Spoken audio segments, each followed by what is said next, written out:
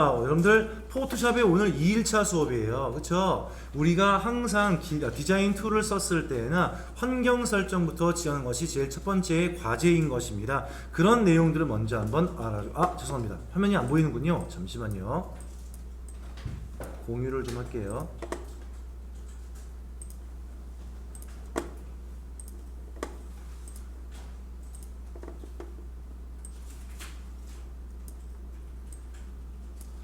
이제 줌에서 보이시죠? 화면 보이시죠? 네, 보이시죠? 네, 좋습니다. 자, 이제 시작합니다. 자, 먼저 여러분들 가장 먼저 어디에 오시는 거지요? 우측 상단에 보시면 나와 있던 에센셜, 지금은 환경 설정을 하시는 겁니다. 에센셜을 선택 한번 해 주시고 난 다음에 한 번 더 눌러 주어서 아래 세 번째에 보시면은 리셋 에센셜 나올 거예요. 에센셜의 필수 항목을 완벽히 초기화한다 말 뜻이었을 거고요. 초기화하고 난 다음에 약간의 변동사항을 주의할 것은 오른쪽 패널 상자 중에서 어저스트먼트와 스타일스는 거의 쓰이지 않을 계획이 다 있었습니다. 얘를 한 번에 종료하기 위해서는 오른쪽에 메뉴 단추, 햄버거 단추를 눌러 주어서 난 여기 안에 있는 탭 전체의 그룹을 안 쓸 겁니다 라고 하는 클로즈 탭 그룹이라고 하는 내용들을 이용하시면 되겠죠. 자, 그 다음에 여러분들 다시요.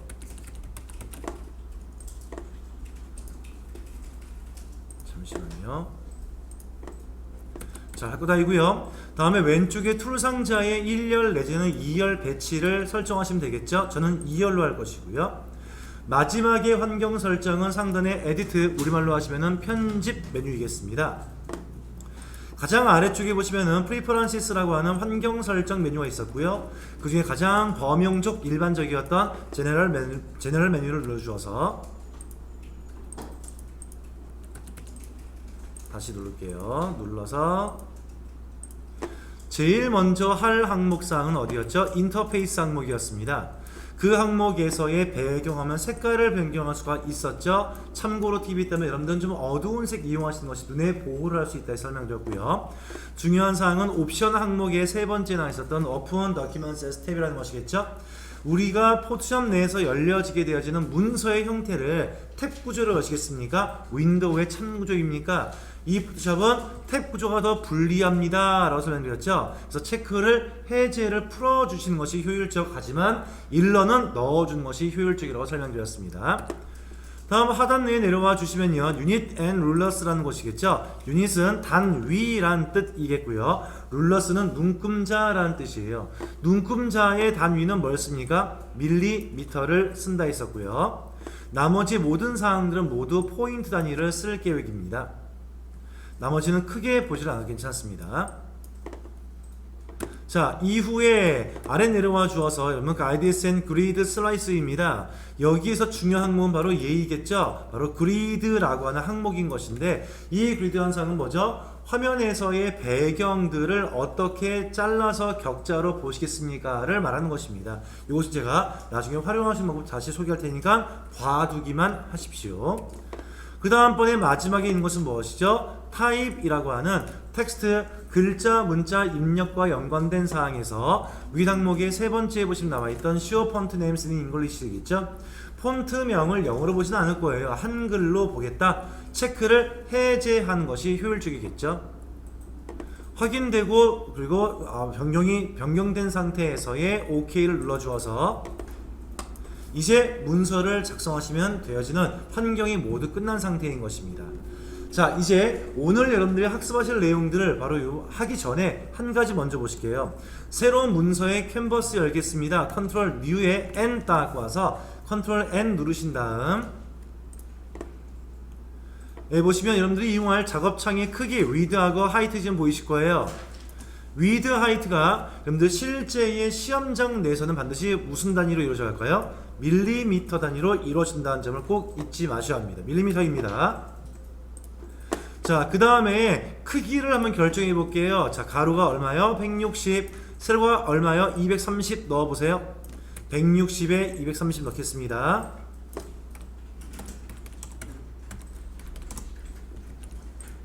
넣어주시고요. 여러분들이 실제 컴그 실기에서의 봤던 시험 문제는요, 왜인지 앞뒤 여러분들 생각할 필요 없습니다. 무조건 레이솔루션의 여러분들 해상도가 얼마요? 150. 그리고 원래 포토샵은 RGB를 제일 많이 써왔지만 우리는 사용 용도가 출력 용도로 이용될 것이니까 컬러 모드 뭐라 그럽니까? CMYK. 혹시 몰라서 설명합니다. 그 아래쪽에 있는 백그라운드 컨텐츠 보이실 거예요. 이 말은 뭐냐면 문서 열렸을 때에 최초의 배경 화면 색깔을 뭘로 할까요? 라고 묻는 것입니다. 저희는 흰색 봤으니까 화이트. 그 다음에 백그라운드 컬러는 뭐냐면요, 현재 선택해 두었던 백그라운드 컬러가 배경색 될 것이다, 이 말 뜻이겠죠. 다음에 제일 마지막에 누굽니까? 트랜스포레이트. 많이 물어보시는 거예요. 만약에 트랜스포레이트라는 것을 만약에 선택하시면요, 어떤 사항 나오는지 제 것만 보여드릴게요. 제 것만요. 여러분 따라하지 마세요. 트랜스포레이트를 이용하시면요, 투명이 된 상태로 만들어집니다. 이렇게요. 여러분들은요, 화이트로 하고 난 다음 만들어 볼까요? 자, 저 또 하나 만들어 볼게요. 제가요, 같은 상황에서 화이트 하시면요, 두 개 차이점을 금방 볼 수 있어요. 이게 화이트일 때, 트랜스퍼런트일 때. 트랜스퍼런트는 뭡니까? 투명하다는 뜻인 거예요. 트랜스퍼런트는요. 이러한 사항이 있는데 여러분들은 요 화이트로 이용된 상태로 만드실 계획인 거예요. 자, 잠깐만 여러분들 툴 교육에 대한 사항들 잠깐 정리를 해드리겠습니다. 여러분들 우리 툴을 참 많이 배웠는데요, 왼쪽에 보시면 나와있던 영역 선택 툴의 세 가지의 세트입니다. 첫 번째는 마큐, 동그라미와 여러분들 네모에 점점점이 있었습니다. 다음 두 번째 뭡니까? 라조, 일명 올감이라고 해서요, 자유형 올감이, 직선 올감이, 그리고 마그네틱 자석 올감이 세 가지 있었죠. 자, 눈으로 보여드리면요, 이런 상황입니다. 마큐는 네모와 동그라미 형태의 마큐 영역 선택 툴이 있었습니다. 중요한 사항은요, 선택 시 그림을 그려주는데 정원입니다. 쉬프트 움직여 줄래요? 스페이스바 놓겠습니다. 다시 크기 변경. 다음 두 번째, 올가미 툴로 본다면 올가미는 현재 세 가지 형태의 자유형과 직선과 자석이었다. 이때 여러분들 라조의 자유형이었던 일반 라조를 많이 쓸 텐데 조심할 사항이 있다면 일반 라조에서의 옵션 사항을 잘 보셔야 합니다. 이때 옵션 사항에서의 첫 번째는 무엇일까요? 한 군데만 선택할래요? 두 번째 뭡니까? 추가 선택할래요? 제거할래요? 의 말뜻이 설명드렸죠. 그래서 첫 번째, 어느 하나의 공간을 만들었다. 이때에 추가하겠습니다. 옵션을 선택해 주시고요. 선택을 또 하시면 그 공간을 추가하고 있는 모습. 나는 제거할 거야 라고 한다면은 제거되는 모습을 볼 수가 있습니다.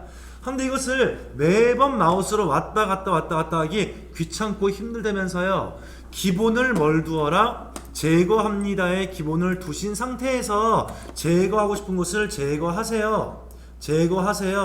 하다가 추가하고 싶은 것이 있으면요, 무슨 키를 이용하시라고요?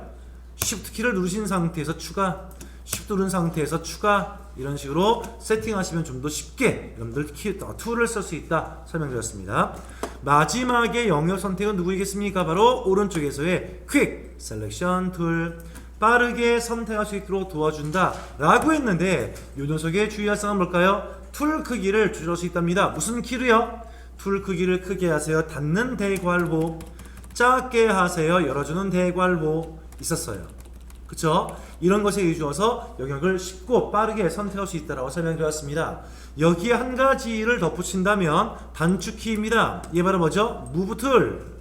이동을 할 때 쓰는 거예요. 단축키는 뭘까요? 단축키 V 똑같이 일로 하고요. 다음 두 번째입니다. 나는요, 전경 색깔을 채워주고 싶었는데요, 단축키 뭡니까?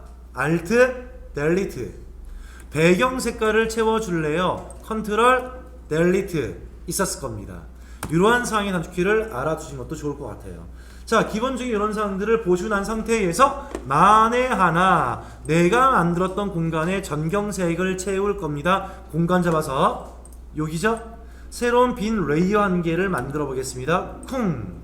한 다음에 전경 색깔에 저는 현재 여러분들 진달래색 넣어주겠습니다. Alt Delete.